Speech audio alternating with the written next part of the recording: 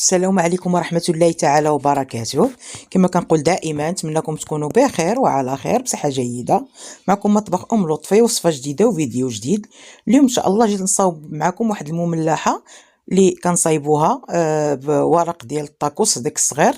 كتجي زوينة سهلة في الخدمة ولذيذة كما كتلاحظوا، وطيبتها في هاد الطويجنات الصغار ديال الطين.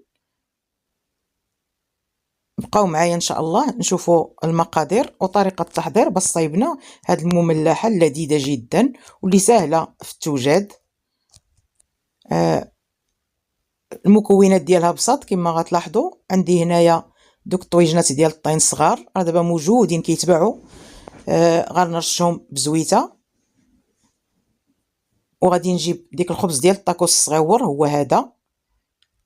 اللي عنده الخبز طاكوس كبير يقدر يقطعو بقطعه دائريه تكون كبيره باش تجي قد دوك الطويجنات. وغادي نحاول ندخلهم بحال هكذا في الطويجنات، نحاول نستفهم ونقادهم بتجي الدائره مقاده. انا عندي 6 ديال الطويجنات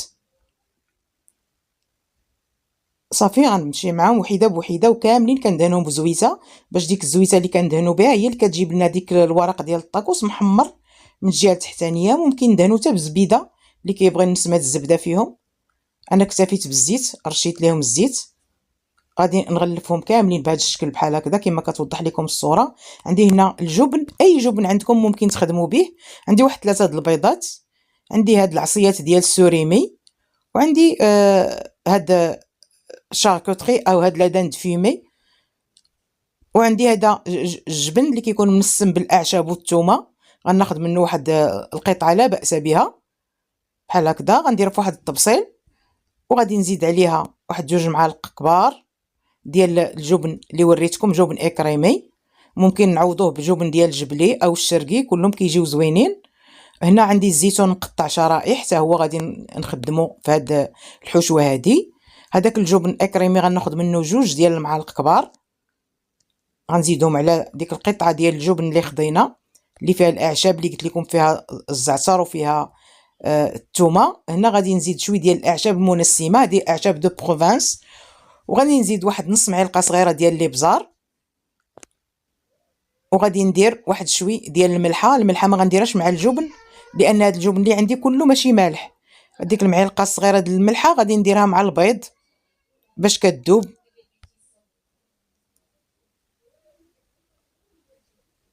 هنا ما غنديرش ديك الملحه كامله، درت غير منها. غنخدم شويه داك الجبن مع ديك الاعشاب اللي درت ليه مع ديك نص معلقه ديال الابزار مع بعضياتو باش ينسجم ليا. وما يبقاوش ليا فيه دوك الكتل لان ديك الجبن اللي فيه كيكون شوي قاصح، اللي فيه الزعتر والثومه كيكون شويه شاد راسو، ماشي بحال ديك الجبن اكريمي. غنخدمهم شويه بحال هكذا حتى نحس بهم راه ولا رطبين بينات يديا. عاد غادي نزيد عليهم ديك 3 ديال البيضات وغنعاود نخدم هاد البيضات هادو حتى ينسجموا ليا مزيان، يتشربوا ليا ديك يعني ديك الجبن كامل يتشرب ليا هاد البيض وتنسجم ليا العناصر مع بعضياتها.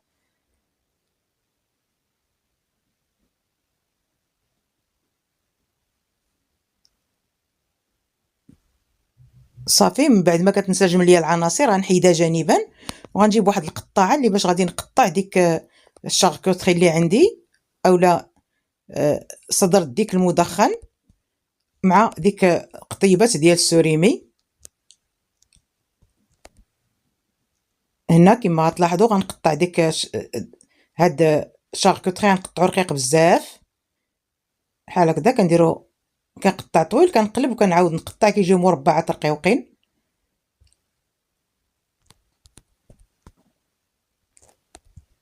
صراحه بحال هاد المملحات اللي كيكونوا بهذا الشكل هذا تكون الاشياء كلها جاهزه ما كتعذبكش، تيجيو حتى لذاد وكيجيو ساهلين في الخدمه حتى لاخر لحظه وكتصايبيهم وكيتقدموا سخانين كيجيو يا سلام. هنا كي قلت لكم غنزيد داك الشاركوتري، غناخذ داك السوريمي حتى هو غادي نقطعو بحال هكذا. ديك العصيات غنقطعهم بحال هكا دوائر رقاق.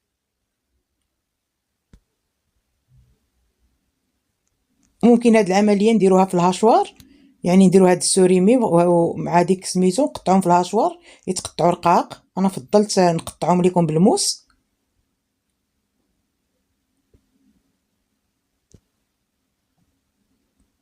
هاد السوريمي غنزيد عليه واحد شوي ديال بودره الثوم، كتعطيه واحد البنه زوينه ديك بودره الثوم اللي كنزيدو عليه. ولا بان لينا شي طريف بحال هكا غليظ راه كنعاودو نقطعوه.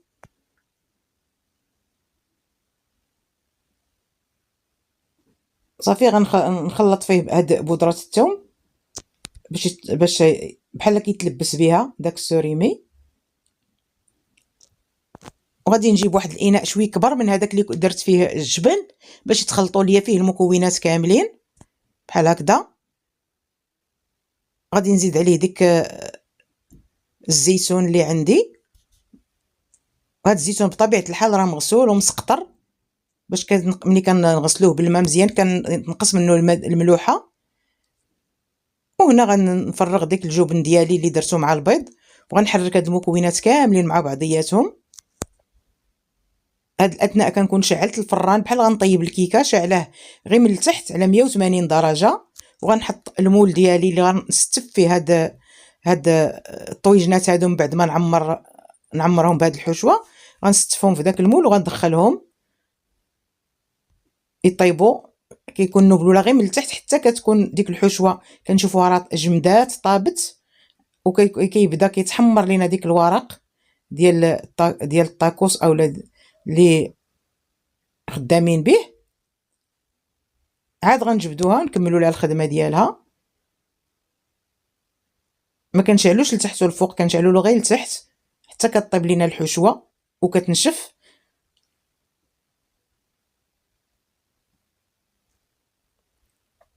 صافي غنعمرهم بالشكل اللي كتوضح لكم الصوره. كنحاول ما نجيب الحشوه غير الوسط، ما نخرجش على فين كاين عندنا ديك الخبيز ديال الطاكوس باش ما يتلصقش ليا في داك المول ملي نبغي نحيدها، باش كيجوني ساهلين ملي كنبغي نديمو ليهم. مره اخرى ان شاء الله هاد الطويجنات غنصايب معكم فيهم باستيسيون كيجي فيهم حتى هو زوين. صافي هنا بعد ما عمرت ديك الكميه اللي عندي عطاتني 6 ديال الطويجنات عامرين وراه كبيبرين تبارك الله. غنستفتهم هنا في الطاوه كي قلت لكم، غندخلهم الفران مسخن على 180 درجه شاعلين اللغه لتحت. غنحطهم في الرف الوسطاني حتى نحس بهم نشفوا وبداو كيتحمروا. عاد غنخرجهم. هنا هما كتشوفوا الورقه تحمرات وهما راهم طابوا نشفات ديك الحشوه. غنزينها بشويه ديال الجبن من الفوق محكوك. اي جبن عندكم، ممكن موتزاريلا، ممكن هذا فروماج حمر، ممكن اي جبن عندكم كديروه من الفوق. وغنردوهم للفران. صراحه انا هاد اثناء الفران من اللي خرجتهم طفيت الفران باقي ديك الحراره ديالو. غندخلهم ونخليهم تمايا باش يتيدوا بليا داك الجبن ونخرجهم ونتقاسمهم معكم. ما عاودش شعلت عليهم الفران، غير داك الجبن داب غير بالحراره ديال الفران اللي باقي سخون.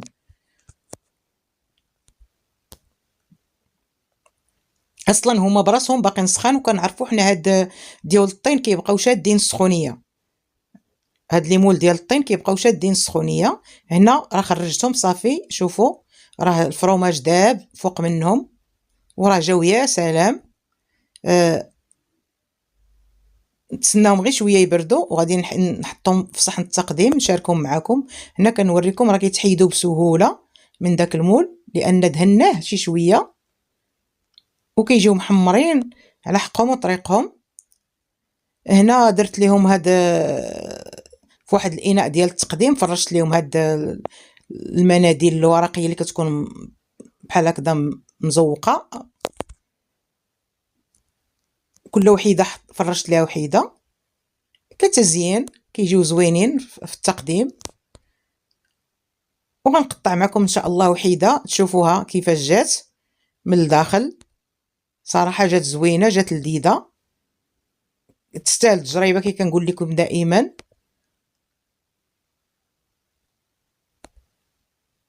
كنحاول دائما نتقاسم معكم الاشياء اللي كتكون سهله وبسيطه وفي ساعه كتوجد وما فيهاش زعما شي خدمه صعيبه. هنا ها هي شوفوا الشكل النهائي ديالها ملي قطعتها من الداخل. داك الجبن فيها ودوك شاركوتري مع ديك السوريمي جاو والزيتون جاو يا سلام، يستاهلوا التجربه كي قلت لكم. كي كنقول لكم دائما بالصحه والراحه، والى فيديو قادم ان شاء الله.